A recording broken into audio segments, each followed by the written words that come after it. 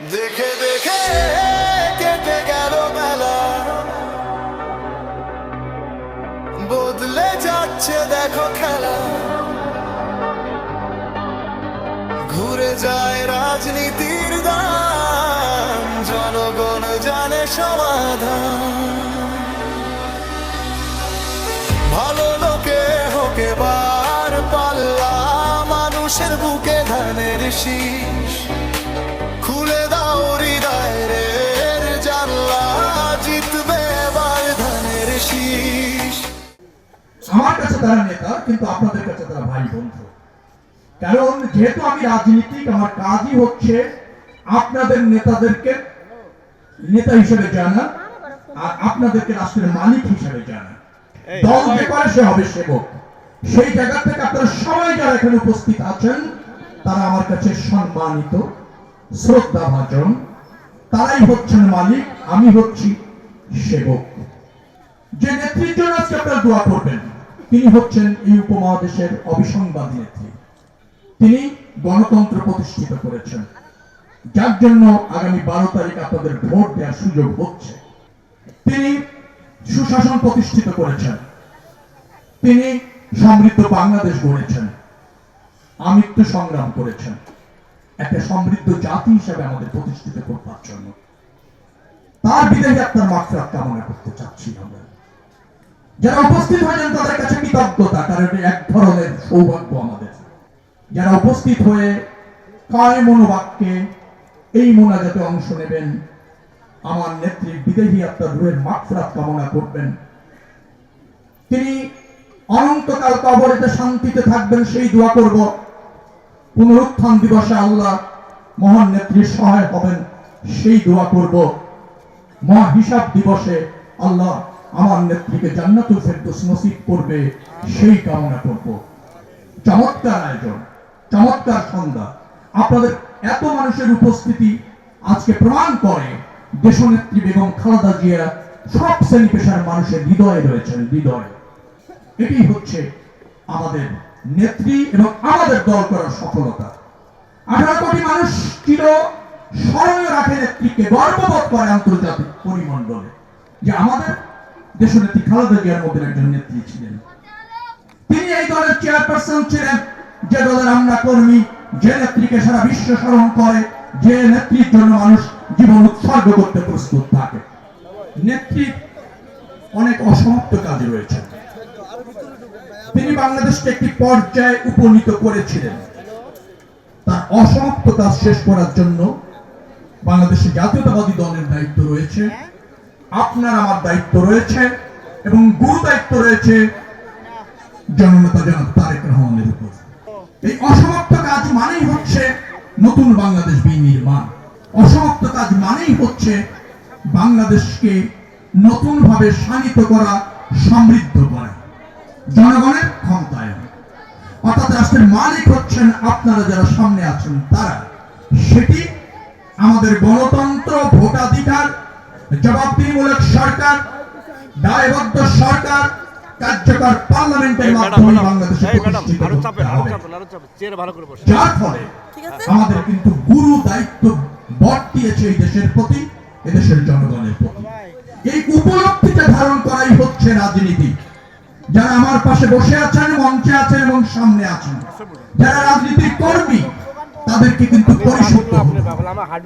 প্রথম হচ্ছে বাংলাদেশের রাজনীতির গুণগত মানের পরিবর্তন করতে হবে। রাজনীতি মানে চাপ প্রয়োগ, রাজনীতি মানে ক্ষমতার অপব্যবহার, রাজনীতি মানে আপনি এই সমাজের একটা প্রভাব এবং প্রতাপশালী শক্তি, সেই ধারার অবসান ঘটাতে হবে। রাজনীতি মানে, আমি আবারও বলছি, আপনি জনগণের বন্ধু, আপনি জনগণের সেবক, আপনি জনগণের সহচর। এই উপলব্ধি যদি আমরা ধারণ করতে পারি তাহলে এই নেত্রীর নতুন বাংলাদেশ এবং নতুন রাজনীতিক বিনির্মাণের যে স্বপ্ন সেটি সফল হবে। আমরা বড় বড় অনুষ্ঠানের আয়োজন করব, নেতাকে মনে করব যে একেবারে শ্রদ্ধাভাজন, শ্রদ্ধেয়, সেভাবে আমরা নিজেদেরকে আপ্রোচ করব না। জনগণ আপনাদেরকে আপনার কর্মের উপর নির্ভর করবে, শ্রদ্ধাশীল করবেন, সম্মান করবেন, অবাধভাবে আপনার নেতৃত্ব এই জন্য জনগণ আপনাকে সেটা নির্ধারণ করে আপনার সাথে থাকবেন, অর্থাৎ আপনারা থাকবেন জনগণের পাশে, জনগণের মাঝে, নিশ্চয়ই জনগণের মাথার উপরে না। এই উপলব্ধি আমাদের দরকার যদি দেশনেত্রী বেগম খালেদা জিয়ার বাংলাদেশ বিনির্মাণের স্বপ্নকে যদি সফল করতে চান, যদি জননায়ক তারেক রহমানের নতুন বাংলাদেশ বিনির্মাণের যে চ্যালেঞ্জ তিনি নিয়েছেন, যে অঙ্গীকার তিনি করেছেন, সেটা কার্যকর করতে চান, নির্ভর করছে আপনার আমাদের আচরণের উপর, আপনার আমাদের মোটিভেশনের উপর, আপনার আমাদের আত্মশুদ্ধির উপর। সেটি খুব জরুরি হয়ে পড়েছে। আমার এই কথাগুলি আমার নেতৃবৃন্দের কাছে, যে আসুন রাজনীতিতে আমরা একটা সৌহার্দ্যপূর্ণ পরিবেশ তৈরি করি। আমরা নিশ্চয় অত্যন্ত শক্তিশালী বিএনপি, কিন্তু বিভাজন আছে, অনৈক্য আছে, পরশ্রীকাতরতা আছে, হীনমন্যতা আছে, উঠতে উঠতে চাই আমরা। যদি না রাজনীতি আপনার জীবিকা হয়, কেউ রাজনীতিকে জীবিকা করবেন না প্লিজ। রাজনীতি হবেই করুন, রাজনীতিকে কমিটমেন্ট করুন, রাজনীতিকে সেবার মন্ত্র হিসেবে প্রতিষ্ঠিত করুন। তাহলেই আমাদের এই সমাজে স্বস্তি আসবে, সম্প্রীতি আসবে, সমৃদ্ধি আসবে। আমরা আবার বলছি, রাজনীতির জরাজীর্ণতার বাইরে চলে আসতে চাই। কামরাঙ্গীরচর একটা সম্ভাবনাময় এলাকা, অনেক জরাজীর্ণতা আছে, পরিকল্পিতভাবে বেড়ে উঠিনি। এখানকার সমস্যা সম্পর্কে আমি ইতিমধ্যে অবগত হয়েছি। আমার বিশ্বাস, আমরা যদি একটা সম্প্রীতি তৈরি করতে পারি, জন আকাঙ্ক্ষা যদি ধারণ করতে পারি, জনগণকে যদি সম্মানিত করতে পারি এবং জনগণের মতামতকে যদি প্রাধান্য দিতে জানি, অবশ্যই এই এলাকাটাকে ঢেলে সাজানো সম্ভব, নতুন করে সাজানো সম্ভব, সম্প্রীতি তৈরি করা সম্ভব, নিরাপত্তা নিশ্চিত করা সম্ভব, যে সমস্ত সমস্যা আছে তা সমাধান করা সম্ভব। এটা আমি উপলব্ধি করি, এটা আমার অঙ্গীকার, এটা আমার আত্ম উপলব্ধি বলতে পারি। অনেক সমস্যার কথা আপনারা বলেছেন, আমি বিচ্ছিন্নভাবে তার সমাধান করার কি প্রক্রিয়া অনুসরণ করা যেতে পারে সেগুলি আমলে নেওয়ার চেষ্টা করছি, চিহ্নিত করার চেষ্টা করছি। সময় কম, যেহেতু 1 মাসের মতো সময় আছে নির্বাচনের।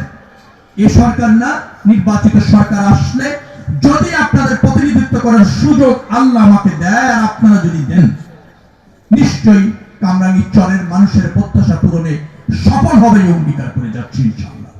বিষয়টা আরেকভাবে একটু ভাবা দরকার। এখানে অনেক মানুষ আছেন, সবাই বিএনপি করবেন, বিএনপিকে ভোট দেবেন, আমি তা মনে করছি না। 2-4 জনের ভিন্ন মত থাকতেই পারে, এটা গণতন্ত্রের সৌন্দর্য, এটা আপনার স্বাধীনতা, এটা আপনার পছন্দ, এটা আপনার ইচ্ছা, এটার প্রতি সম্মান থাকতে হবে। কিন্তু এবারের জন্য আপনাদের কাছে আমার একটা বিনীত অনুরোধ আছে, সেটা হচ্ছে কি, রাষ্ট্র সংকটে আছে। দেশের স্বাধীনতা, সার্বভৌমত্ব এবং অস্তিত্ব ভূ রাজনৈতিক প্রেক্ষাপটের কারণে আঞ্চলিক এবং আন্তর্জাতিক শক্তির নগ্ন হস্তক্ষেপের সমূহ সম্ভাবনা তৈরি হয়েছে। কারণ একটাই, ফ্যাসিবাদের পতনের পর এখনো পর্যন্ত ফ্যাসিবাদের দোসর যে সমস্ত আন্তর্জাতিক এবং ডোমেস্টিক শক্তি আছে, তাদের এখনো পর্যন্ত একটা চরম রকমের ষড়যন্ত্র বিদ্যমান আছে। পাশাপাশি নতুন একটি রাজনৈতিক দল, একাধিক রাজনৈতিক দল ক্ষমতায় যাওয়ার জন্য কূটকৌশল এবং অপকৌশল ধারণ করছে। পাশাপাশি আছে ছোট রাজনৈতিক দল, যারা ক্ষমতা কখনোই ছিল না, আমাদের সহযোগী ছিল, তারা আবার আস্ফলন দেখাচ্ছে, যে কোনো মূল্যে ক্ষমতায় যেতে চায়। পরিস্থিতিটা হচ্ছে এইরকম, দেশ যেহেতু সংকটে আছে, স্বাধীনতা, সার্বভৌমত্ব যে কোনো প্রশ্নবিদ্ধ হওয়ার সম্ভাবনা তৈরি হয়েছে, তখন দেশে সরকার গঠন করা দরকার এমন একটি রাজনৈতিক দল যার রাষ্ট্র ব্যবস্থাপনায় অভিজ্ঞতা আছে, যার বাংলাদেশের স্বাধীনতা, সার্বভৌমত্বের প্রতি কমিটমেন্ট আছে, যে দল জাতীয়তাবাদী দর্শন নিয়ে মানুষের কল্যাণে রাজনীতি করে, যে দল জনপ্রিয় রাজনৈতিক দল হয়েও মানুষের স্বার্থকে অগ্রাধিকার দেয়, সেই ধরনের রাজনৈতিক দল এই সংকটকালীন সময় যদি ক্ষমতায় না আসে, তাহলে দেশ সংকটে পড়বে, দেশের অস্তিত্ব বিলীন হয়ে যেতে পারে। এই অস্তিত্ব রক্ষার জন্য, স্বাধীনতা, সার্বভৌমত্ব রক্ষার জন্য বিএনপির কোন বিকল্প এই মুহূর্তে নেই। যার ফলে আমি সব শ্রেণী পেশার মানুষের কাছে অনুরোধ করব, প্লিজ আপনারা এখন এক্সপেরিমেন্টের মধ্যে থাকবেন না। কারণ দেশের জন্য, জাতির জন্য বিএনপি এই মুহূর্তে অপরিহার্য রাজনৈতিক দল। তাকে যদি ক্ষমতায় আপনারা ভোটের মাধ্যমে প্রতিষ্ঠিত না করেন অথবা অধিষ্ঠিত না করেন, তাহলে আপনার দেশ, আমার দেশ, আপনার অস্তিত্ব, আমার অস্তিত্ব অন্যের হস্তক্ষেপের মধ্যে চলে যাওয়ার সমূহ সম্ভাবনা তৈরি হবে। অতএব এবারের জন্য আপনারা বিএনপিকে বেছে নেবেন, এটা হচ্ছে আপনাদের প্রতি আমার স্বনির্বন্ধ অনুরোধ। আমি এই দলের প্রার্থী সেজন্য বলছি না, আমি বলছি দেশের জন্য বিএনপি এবং আপনার আমার একমাত্র প্রত্যাশা পূরণ করবার জন্য এবারে রাজনৈতিক দল পরীক্ষিতভাবে বিএনপি। আমরা পরবর্তীতে নির্বাচন যদি হয়, বিএনপি যদি ব্যর্থ হয়, আমি যদি আপনাদের প্রতিনিধি হওয়ার সুযোগ হয়, আমিও যদি ব্যর্থ হই, আগামীতে চিন্তা করা যাবে কোন রাজনৈতিক দল পরিবর্তন করে ক্ষমতা আনলে দেশের কল্যাণ করা যায় কিনা, সে পরীক্ষা করা যাবে। কিন্তু এবারের জন্য পরীক্ষার কোনো সুযোগ নেই, কারণ আপনি অলরেডি আপনার দেশ সংকটের মধ্যে আছেন। আপনার মাতৃভূমি তার অস্তিত্ব সংকটে পড়তে যাচ্ছে। এই মুহূর্তে ওই দল কি দরকার যে আন্তর্জাতিক পরিমণ্ডলে আপনার হয়ে, আপনার দেশের হয়ে বার্গেনিং করতে জানে? সেই দলে হচ্ছে বিএনপি। তার সেই অভিজ্ঞতা আছে, সে পাঁচবার রাষ্ট্র ব্যবস্থাপনা করেছে, সে জানে how to lead, how to tackle, how to manage. Only BNP knows. এই মুহূর্তে যার ফলে আপনাদের কাছে আমার অনুরোধ, আপনারা দ্বিধা, সংকোচ এর মধ্যে থাকবেন না। আপনারা ঐক্যবদ্ধ হন, যে কোনো মূল্যে ধানের সৃষ্টি উইন করাতে হবে। এই ব্যাপারে আপনাদের ঐক্যবদ্ধ হতে হবে, কারণ এটা দেশের অস্তিত্বের ব্যাপার, দেশের সমৃদ্ধির ব্যাপার, দেশের গণতন্ত্রের ব্যাপার, দেশের আগামী দিনের ভবিষ্যতের ব্যাপার। আমি এর আগেও ঢাকা 10 আসন থেকে দেশনেত্রী বেগম খালেদা জিয়া এবং বিএনপি ধানের শীষ প্রতীক দিয়ে আপনাদের কাছে প্রতিনিধিত্ব করার জন্য পাঠিয়েছিল। আমার হচ্ছে দুর্ভাগ্য, আপনারা তখন ঢাকা 10 আসনের মধ্যে ছিলেন না। অন্যরা যারা ছিল তাদেরও ভোট দেওয়ার সুযোগ হয়নি, আমারও প্রতিনিধি হওয়ার সুযোগ হয়নি। এবার আমার সৌভাগ্য যে কামরাঙ্গীরচরের 55 নম্বর ওয়ার্ড ঢাকা 10-এর মধ্যে পড়েছে। আমি খুব সৌভাগ্যবান যে আপনাদের সমর্থন পাওয়ার একটা সুযোগ আমার তৈরি হয়েছে। আমি মনে করি এই দেশের ক্রাইসিস মোমেন্টে আপনাদের প্রতিনিধিত্ব করার সুযোগ থেকে আপনারা আমাকে বঞ্চিত করবেন না। আমার প্রত্যাশা, আমার দাবি, আমার আকাঙ্ক্ষা, আমার মিনতি আপনাদের প্রতি। যেহেতু দল ধানের শীষ প্রতীক দিয়ে আপনাদের কাছে আমাকে পাঠিয়েছে, আপনারা আমাকে পাশে রাখুন, আপনাকে আমাকে সুযোগ দিন। আমি দৃঢ়ভাবে অঙ্গীকার করে যাচ্ছি, আপনাদের হয়ে প্রতিনিধিত্ব করার সুযোগ হলে রাষ্ট্রে আপনাদের অধিকার প্রতিষ্ঠার জন্য যা যা করার দরকার, আপনাদের প্রতিনিধি হয়ে সেই বার্গেনিং করে আপনাদের অধিকার নিশ্চিত করবার গুরু দায়িত্ব আমি অক্ষরে অক্ষরে পালন করব ইনশাআল্লাহ। তার ব্যত্যয় ঘটাবো না, আপনাদের রায়ের অমর্যাদা করব না।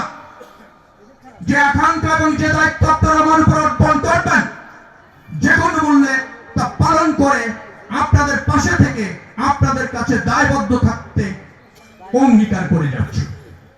আমি আশা করি দেশের এই সংকট বিবেচনা করে এবং আগামী দিনে আপনার আমার অধিকার, কারণ আপনার অধিকার আর আমার অধিকার একই অধিকার, আপনি আর আমি একই এলাকায় বসবাস করি, একটা আসনের মধ্যেই আমি একই সমস্যায় জর্জরিত। অর্থাৎ আপনার সমস্যা আমি জানি, আপনার সম্ভাবনাও আমি জানি। যার ফলে আসুন আমরা দ্বিধায় না থাকি, আমরা অনৈক্য না করুন। আমাদের এখানে স্থানীয় যারা নেতারা আছেন, তারা তো আমাদের নেতারে ভাই, মর্যাদার লড়াইয়ে যাতে লিপ্ত না হয়ে যায়।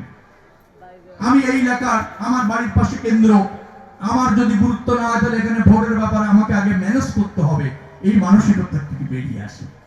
আপনারা সবাই গুরুত্বপূর্ণ, আপনাদের সবাই অবদান আছে, বিদায় তো বিএনপি শক্তিশালী। আপনি একভাবে পারেন, আরেকজন আরেকভাবে পারে। আপনি এক কাজ ইম্পর্টেন্ট, আরেকজন আরেক কাজ ইম্পর্টেন্ট। আমরা সবাই মিলে একটা শক্তি, আমরা সবাই মিলে সমাজ, আমরা সবাই মিলে অপ্রতিরোধ্য, আমরা সবাই মিলে জনগণের কাছে দায়বদ্ধ। এই মানসিকতাটা আমি চাই। আপনারা যদি এই মানসিকতা নিয়ে থাকেন, আমার সামনে যারা উপস্থিত আছেন তারা সম্মানিত জনগণ, তারাই হচ্ছেন রাষ্ট্রের মালিক, আপনাদেরকে সেলুট করে বলতে চাই, আপনাদের আস্থার অমর্যাদা বিএনপি এই অঞ্চলের যারা নেতা আছে তারা ইনক্লুডিং মি করব না, করব না, অমর্যাদা করব না।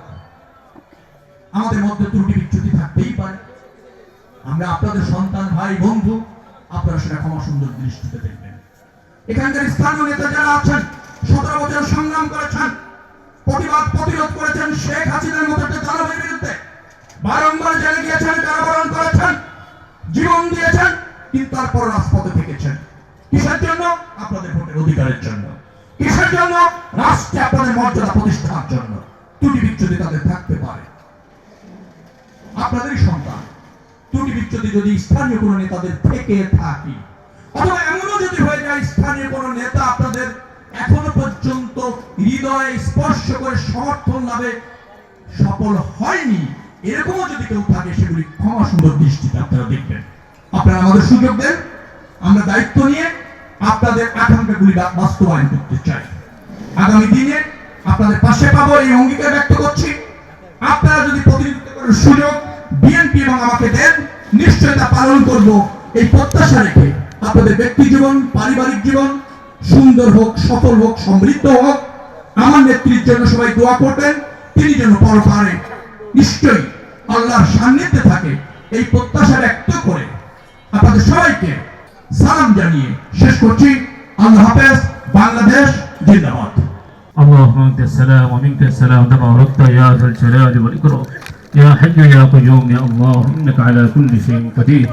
اي مولاي كريم اي الله আমাদের হাত তুলেছি, আল্লাহ আমাদের দাদা দাদি নানা নানি পাড়া প্রতিবেশী বন্ধু বান্ধব, আই মাওলাই করিম আমাদের আসাদিজে কেরাম, আই মাওলাই করিম এদেশের স্বাধীনতার শুরু লগ্ন থেকে আল্লাহ এই দেশের স্বাধীনতায় যারা শাহাদাত বরণ করেছেন, আয় আল্লাহ মুক্তিযোদ্ধা আল্লাহ যারা শাহাদাত বরণ করেছেন তাদেরকে সহ আল্লাহ প্রেসিডেন্ট জিয়া রহমান সাহেব সহ আল্লাহ আমাদের সকলকে, সকলের আত্মীয় স্বজনকে আল্লাহ তোমার হাবিবের সকল উম্মতকে আল্লাহ তুমি মুক্ত করে দাও মাওলা।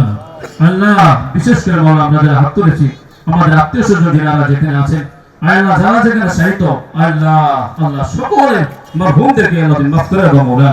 আল্লাহ বিশেষ করে মাওলা আজকে যে উদ্দেশ্যে আজকে আয়োজন, আয় মাওলা করিম সকল মানুষগুলো বারাক্রান্ত হৃদয়ে, আয় আল্লাহ এই দেশের যিনি বারবার দায়িত্ব পালন করেছেন, আয় আল্লাহ তোমার এই বান্দিকে আল্লাহ তার জীবনে যতগুলো নেক আমল করেছেন, আপনার সকল নেক আমলগুলো কবুল করে আল্লাহ তার দ্বারা যত গুনাহ হয়ে গেছে আল্লাহ সকল গুনাহগুলো মাফ করে আল্লাহ তার কবরটা তুমি আল্লাহ তুমি জান্নাতের শান্তির ফয়সালা করে দাও মাওলা। আল্লাহ তুমি জান্নাতের শান্তির ফয়সালা করে দাও মাওলা। আয় মাওলা করিম আমাদের ঢাকা আসলে আল্লাহ দশের প্রার্থী, আল্লাহ আমাদের প্রিয় মানুষ যারা শেখ রবিউল আলম রবি ভাই, আই মাওলা করিম আমাদের যা যা চাওয়া দরকার ছিল আল্লাহ চাইতে পারি নাই, এগুলো দিয়ে দাও আল্লাহ। যেভাবে চললে তুমি খুশি হবে, আমাদের ইন্তেকালের পরে মানুষগুলো আমাদের জানাজা থাকবে, আমাদের জন্য দোয়া করবে, আমাদের সকল মানুষগুলোকে সেভাবে চলার তৌফিক দিয়ে দাও মাওলা। আল্লাহ উলামা ইকরাম যেন আল্লাহ নির্দ্বিধায় চলতে পারে, উলামা ইকরামের সম্মান যেন সকল মানুষগুলো করতে পারে। আল্লাহ মসজিদ মাদ্রাসা আল্লাহ হাফেজ কোরআন আল্লাহ তাদের শ্রদ্ধা ভক্তি, এই ভক্তি যেন আমাদের অন্তরে থাকে, আল্লাহ সকল অন্তরে থাকে, সে তৌফিক আমাদের দান করে দাও মাওলা। আয় মাওলা করিম আল্লাহ সর্বশেষ আল্লাহ আবার বলছি, আল্লাহ মাওলা আল্লাহ তার ছেলে তার সুস্থ করে হায়াত দান করে দাও মাওলা। আল্লাহ আমাদের রবি ভাই, নাইম ভাই, শহীদ ভাই, কাজল ভাই সহ আমাদের ফ্যামিলি এখানে আছেন, আল্লাহ তাদের সকলকে মাওলা তুমি সুস্থ করে হায়াত ইমাম ইসলামের পক্ষে, দ্বীনের পক্ষে, দেশের স্বাধীনতার পক্ষে আল্লাহ কাজ করার তৌফিক দিয়ে দাও মাওলা। সাল্লাল্লাহু তাআলা আলা খায়রি মুহাম্মাদিন ওয়া আলা আলিহি ওয়া আসহাবিহি আজমাইন বিরহমাতিকা ইয়া আরহামার রাহিমিন।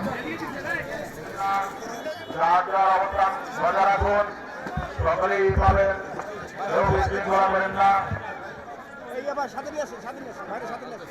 আপনারা সকলে ধৈর্য সহকারে বসুন, আপনারা সকলে ধৈর্য সহকারে বসুন, কেউ উচ্ছৃঙ্খল করেন না, কেউ উচ্ছৃঙ্খল করেন না, সকলে ধৈর্য সহকারে বসুন, যার যার স্থানে বসে পড়ুন।